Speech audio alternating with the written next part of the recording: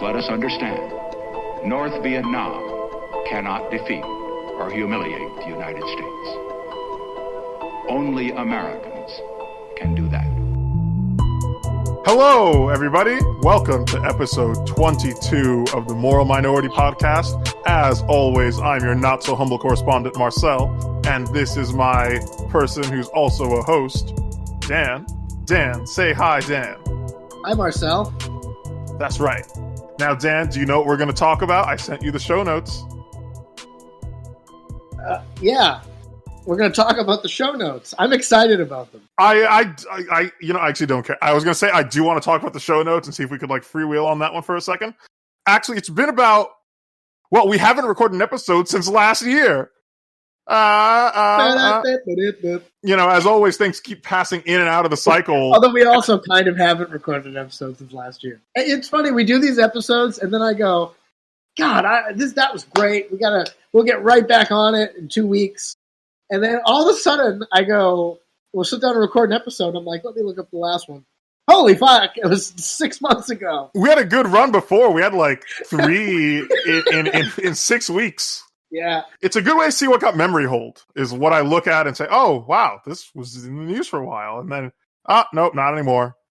That's gone. Did you know in the time that since we've done this, there is now another Moral Minority podcast? Does that bring it up to 3? Called The Moral Minority Show. If you look it up on Spotify, we still come up ahead of them, but they put out way more content than us. I don't know what their show is, but they're putting out an episode regularly. Yes, I see The Moral Minority Show by Josh Luckett and Joel Sam. I kind of want to bring them on and really outnumber you racially. Why? And are they also? Oh no, one of them is black and one of them is Indian. We can talk. I can talk like this. I can say things like this. I was going to say, are they also diverse? Well, they have no white people, so they're as diverse as you can be. Talking about life, art, politics, and a host of other topics from a black and brown perspective. As believers, presumably, sounds gay. They talk about these topics from a Christian perspective. They do theology from the margins. I'd like to retract my statement. It sounds fellow soldiers of Christ. I support them. I'm pretty sure that now, by this point, our audience is aware of, and it's enough of a mainstream point that I can freely say it and not fear for anything in the future. That you can find an uncontacted tribe in the middle of Africa that has been the same breeding population for the past 2,000 years, and that's still diversity because nobody there is white. Diversity means a lack of Neanderthal DNA. Remember in the 90s and the early remember before Twitter, when diversity meant one black person.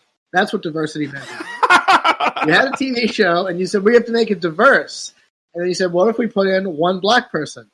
And then everyone went, yes, I love it. Great idea. And then they said, what if we put in 2? And then everyone went, no, this isn't UPN. This is a regular show. We'll put in 1. And then after 2, it was it's crawling with them. It's too many. The old days was a diverse show. It was a show where everybody was white, and then there was one guy who was black. And You know what? That made me, I felt safe. I felt good. I felt comfortable there. That was a space I wanted to be in. Back in the day, also in those shows, they didn't do interracial relationships either. So if there was ever a second black person, they always had to be together. Yes. So if there was a black man, the way you made it diverse, you added a black woman. If you putting in 2 black males in the same show would be distressing to white viewers because their pattern recognition would suggest are these 2 gay?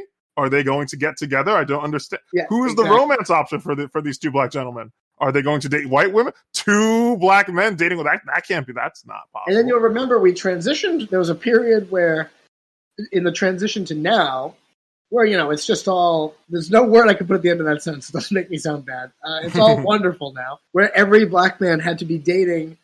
In the transition, was every black man had to be dating a Hispanic woman. This was the time of Hitch. I don't know about that, but Hitch? I know. Okay, I don't really see too many black man Hispanic woman romances. The one I can think of is in Luke Cage, where he's dating Claire Temple. But for the most part, what we saw when blacks were dating was that they, instead of having blacks with whites, they would always have black male, black female couples where the black woman was always significantly lighter than the black man.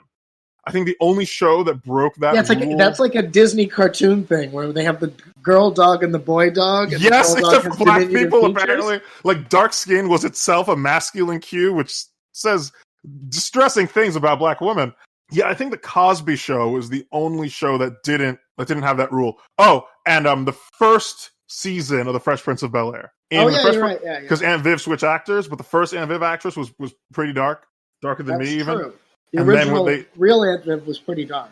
Right, and then they swapped her out. Yeah, listen, you have to understand, Dan. Black people, even black people like me, who don't like talk to any other black people, we're still like hyper aware of these sorts of dynamics. You know, it wasn't until as a kid, you understand what that's like from the white guy perspective. When I would watch a lot of shows that were, I guess the word back then was urban. Call them. They were urban, they were set in the city. And everyone in the city is something weird, but, they would have the one white character. And as like payback, this character would be Forrest Gump level. Oh, yes, I noticed that. The white friend is always a double, and that's the most awkward, socially awkward, stilted, stupid. They were like Homer Simpson syndrome on times 1,000. So you'd have this autistic white guy like shamble in, and he's got like a corrective shoe, and like he always has like acne, or like he's always like skinny. He was never masculine or tough or anything. He was like a skinny little rail guy. Yep. Nerdy, and he like talked like this, and he'd be like, so what are we gonna do, guys? And he basically talked like me.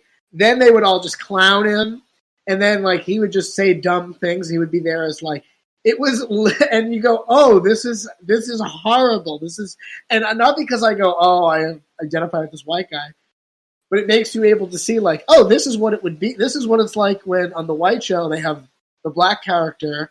But the thing is, the black character is cool.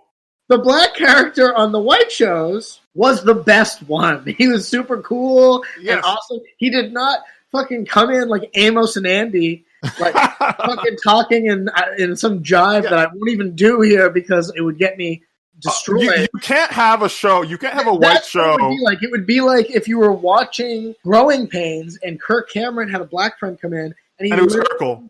Came in. No, I guess it would be like Urkel, but no, because it's not playing to the stereotype. Oh, and also Urkel was smart. He shuffled in, like calling them all, yes sir, no sir, and like was doing dances and shit, and like, and his name was Sambo, and they all called him Sambo. God. Instead, on those shows, you would have the black character would be like, and maybe that's me from the outside. It would be the one where you're like, oh, he's super cool. He's always funny and like above it all. He was always like Lionel and the Jeffersons, where like. Whenever Lionel was on All in the Family and would deal with Archie Bunker, you always thought Lionel was super cool and he got the best of Archie Bunker because Archie Bunker would like say his dumb shit and then Lionel would be like totally unfazed by it and would just like say some cool thing, like totally zen, like I don't fucking care about this fat old white man's opinion of me. And it was like you could respect him as a human being. But there was never a white character. Like I remember on the Steve Harvey show, they had a character whose name was a Steve Harvey show.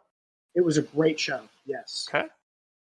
His name was Bullet. Okay, and the joke was his name was Bullet is because his head was like a bullet, like he was stupid, and his counterpart was a black guy whose name was Romeo, who was literally like he looked like D'Angelo, like he was perfectly chiseled and he got all the girls and he was super cool and everyone loved him. And then Bullet would come in, and his thing was that he was functionally retarded. He'd be like, "Oh no!" Literally, that's how he talked. And then Steve Harvey would like be like making faces at the camera, like this kid. What did you say, white boy? And they would all laugh at him. He was the only white person on the show was set in a school. He was the only white person in the building, and they would all just point at him and laugh. And great this is for my self-image. Thank you, white executives at UPN. You can get a lot out of that. There's a lot of analysis you can do here. I will say that Family Matters was probably a groundbreaking show for being the first one to introduce an uncool black person to TV. And then that ground would be broken even further later with the introduction of Carlton Banks. But for the most part, black people are always cool on shows and whites are just not cool. What would be nice, and it's rare, even now it's rare, can we just have a show where there's white characters and black characters, and they just interact as human beings without being like some sort of weird proxy race war. No, that would not be and here's an example of where it happens, okay? On the show Community, Donald Glover's character did this very well. And it turns out that's because Donald Glover's character was written to be white. And then they said, oh, Donald Glover's really funny, let's just make it him. If they had written that character to be black, they would have said, oh, well, he's got to do this, he's got to do this, he's got to talk about these things, he's got to have a troubled backstory and a broken home and all this bullshit.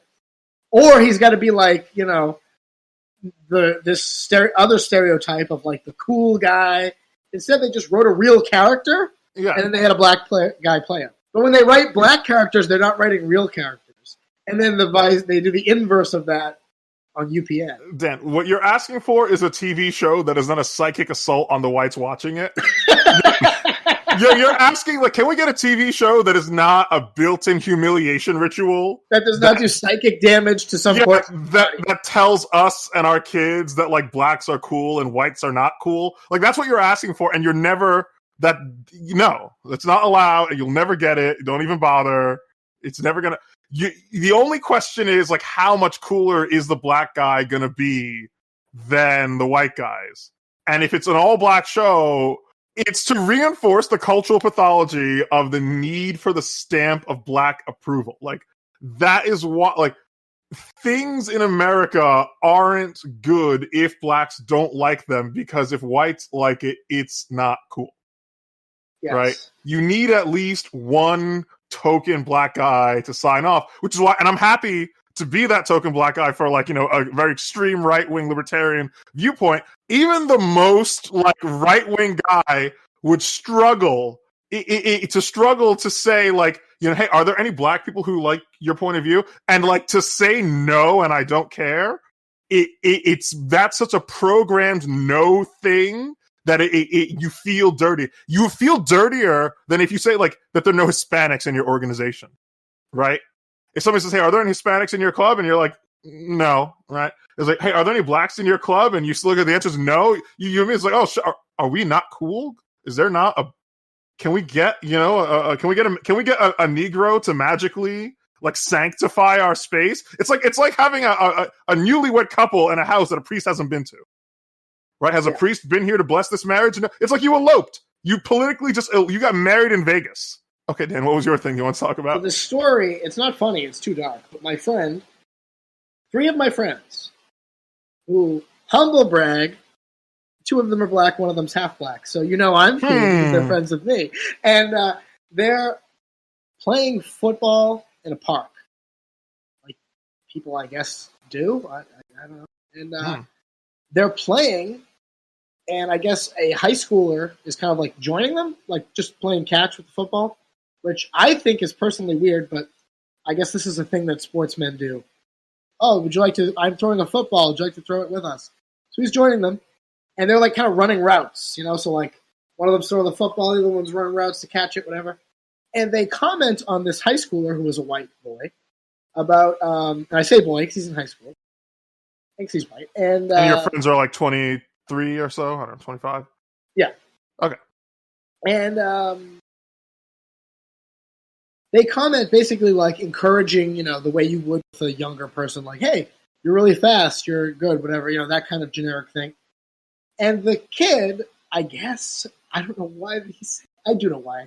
He basically said some version of like, well, you know, I'm not that fast. Like, I wish I was black. You guys are so fast and athletic. and like athletic and fast. And he literally said, and you have big dicks. And they all now, it was like he farted, because now they're all like, oh, so we were just interacting with you on a human level, and you just brought this extreme weird racial shame and like power politics into this game.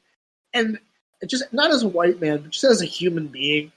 If I had been there, I think I would have, like, I think I just would have started beating him without mercy. It's like, why do you feel the need to do this? Again, either you hate yourself so much that you feel like you need to. It's like you're the kid who's getting bullied, and you have such low self-esteem that you think you can get the other kids to like you by being like, yeah, I hate me too. I'm pretty autistic and weird, aren't I?